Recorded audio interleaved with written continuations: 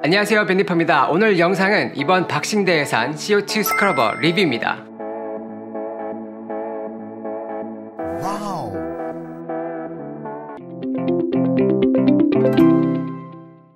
왠지 복잡한 제품 같지만 단순하게 말하면 이산화탄소를 제거해주는 장치를 말하는데요. 이게 왜 해수어항에 필요할까요? 이산화탄소가 pH와 굉장히 밀접한 관계가 있기 때문인데요. 저는 이번 영상을 준비하면서 pH가 중요하다는 것을 다시 한번 느꼈습니다. pH가 이 제품과 무슨 관계가 있고 왜 중요한지 이번 영상을 통해서 말씀드리도록 하겠습니다. 이 영상이 도움이 됐거나 재밌으셨다면 구독과 좋아요 부탁드립니다. 그럼 시작하겠습니다.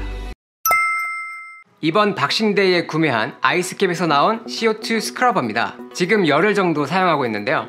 이게 뭐 하는 녀석이냐고요? 2017년도 초반에 굉장히 핫했던 소다라임과 같은 제품입니다. 쉽게 말하면 이산화탄소가 제거된 공기가 스키머를 통해서 수조 안으로 들어가게 해주는 장치입니다. 우선 제품 구성부터 보도록 하겠습니다. 기성품답게 굉장히 깔끔하게 나왔습니다. 위에 나사를 열고 이산화탄소 흡착제를 넣게 되어 있고요. 이 부분으로 공기가 들어와서 이산화탄소 흡착제를 거쳐서 스키머로 들어가게 되는 방식입니다. 이 흡착제가 이산화탄소를 제거하는 역할을 합니다. 그리고 수조나 펌프에 걸 수 있게 거치대도 달려 있습니다. 제가 이 제품을 구매하게 된 이유는요, 수조 내 이산화탄소는 pH와 큰 연관이 있습니다. 해수어항 물성치를 말할 때 pH는 다른 물성치에 비해 약간 과소평가된 느낌이 있는데요, pH 또한 굉장히 중요합니다. 수조 내 이산화탄소가 많아지면 pH가 하락하고요, 반대로 이산화탄소가 줄어들면 pH가 상승하는 그런 상관관계가 있습니다. 조명이 켜지면 산호와 녹조류가 수조 내에 잔존된 이산화탄소를 흡수하면서 광합성을 하기 때문에 pH가 상승하게 되는데요, 반대로 조명이 꺼져 있는 야간의 경우 수조 내 생물들의 호흡과 사람들의 생활 공간에서 호흡을 하기 때문에 공기 중의 이산화탄소 농도가 올라가게 됩니다. 그러면서 수조와 대기와의 가스 교환으로 pH가 서서히 하락하게 됩니다. pH가 7.8 이하에서는 산호나 물고기들이 스트레스를 받게 된다고 합니다. 그렇게 되면 산호는 성장이 더뎌지게 되고요, 물고기의 경우는 면역력이 떨어지기 때문에 질병에 더 쉽게 노출이 될 수 있습니다. 7.7 미만으로 내려가면 산호 골격이 용해가 된다고 합니다. 권장하는 수치가 7.9에서 8.3이지만 8 이상을 유지하는 게 좋다고 하는데요, 대부분의 수조가 그렇듯이 제 수조도 조명이 꺼지면 8 이하로 떨어졌습니다. 그래서 이 제품을 구매하게 됐습니다. pH를 올리는 가장 쉬운 방법은 수시로 실내 환기를 해주는 겁니다. 미세먼지 때문에 창문 열기가 꺼려지고 요즘같이 추운 겨울에는 장시간 동안 창문을 열어놓기가 쉽지가 않습니다. 제 수조를 예를 들면 저희 집은 항상 창문이 열려 있어서 환기가 잘 되는 편입니다. 리퓨지움을 이용하지 않는 조건 하에서 측정한 결과 조명이 켜지고 4시간 후에는 pH가 8.2가 나오고요, 조명이 꺼지고 4시간 후에는 8 정도로 떨어졌습니다. 그리고 조명이 켜지기 바로 직전에는 8 이하로 떨어졌습니다. 소다라임을 설치하고 다시 측정을 해봤습니다. 조명이 꺼지고 4시간 뒤에 측정한 결과 8.2 정도가 나왔습니다. 그리고 조명이 켜지기 바로 직전에는 8에서 8.2 정도가 나왔습니다. 있을 때와 없을 때 확실히 차이가 구분이 되고 있습니다. 테스터기와 색깔을 구분하는 제 눈을 100% 신뢰하는 것은 아니지만 어느 정도 색깔이 다르다 정도는 확인할 수 있었습니다. 여기서 한 가지 꼭 짚고 넘어가야 할 부분이 있는데요, 주위 환경과 수조 여건에 따라서 달라질 수 있기 때문에 소다라임을 설치해서 pH를 상승시키는 개념보다는 pH 하락을 줄여주는 개념으로 받아들이시면 좋을 것 같습니다. 자, 그러면 환기와 소다라임 말고 pH를 올리는 방법에는 어떤 것들이 있을까요? 경도를 높게 유지하는 방법, 리퓨지움 혹은 알게 필터를 운영하는 방법, 버퍼 도징, 칼크와스 도징, 스키머 공기 흡입구를 외부로 빼는 방법 등이 있습니다.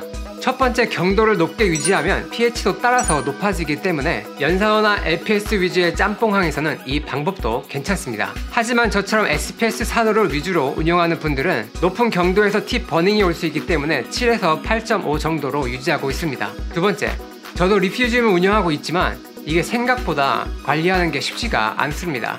해초들이 갑자기 잘 자란다 싶으면 수조 내에 질산염과 인산염이 없어서 흔히 말하는 빈영양화가 되면서 그 후로 해초가 녹아버리거나 산호의 색깔이 빠져버리는 경우가 발생합니다. 세 번째, 버퍼나 칼크와서 도징처럼 수조에 뭘 넣는 것은 굉장히 조심스럽게 접근해야 된다고 생각합니다. 네 번째, 스키머 흡입구를 외부로 빼는 방법인데요, 이 방법은 왠지 제 등짝이 나만하지 않을 것 같아서 아직 시도조차 해보지 못했습니다.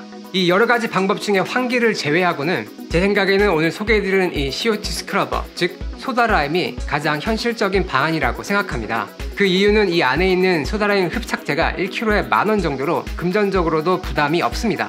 제가 처음에 이 소다라임이 2017년도에 굉장히 핫했다고 말씀드렸는데요. 한낱 유행처럼 지나가 버렸습니다. 뭘까요? 그 이유는 매번 흡착제를 교체해줘야 된다는 번거로움 때문인데요. 지금 이게 설치하고 10일 정도 썼는데요. 아직 색깔이 변하지 않았습니다.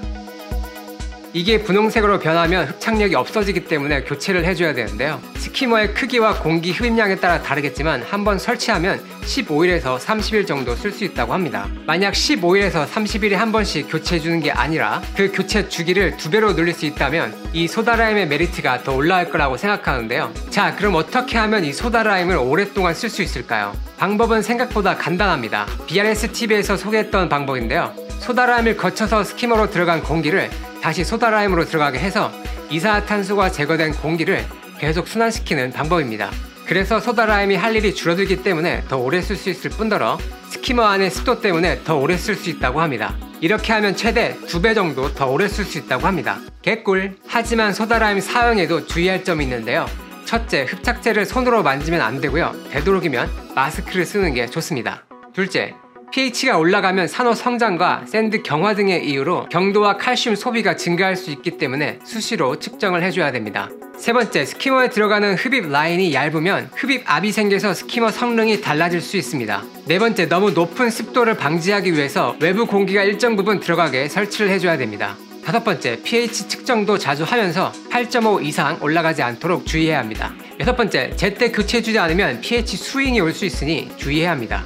자, 이렇게 제품 리뷰를 가장한 pH와 소다라임에 대한 짧은 설명이었습니다. 이 아이스캡 제품은 아직 한국에는 없는 걸로 알고 있습니다. 하지만 커뮤니티에 가면 정말 쉽게 제작하는 방법이 많이 나와 있으니까요. 한번 알아보시고요. 이번 겨울 pH 단단히 잡으시기 바랍니다. 제 영상이 여러분들께 조금이나마 도움이 됐으면 합니다. 구독과 좋아요를 눌러주시면 더 유용한 정보로 보답해드리도록 하겠습니다.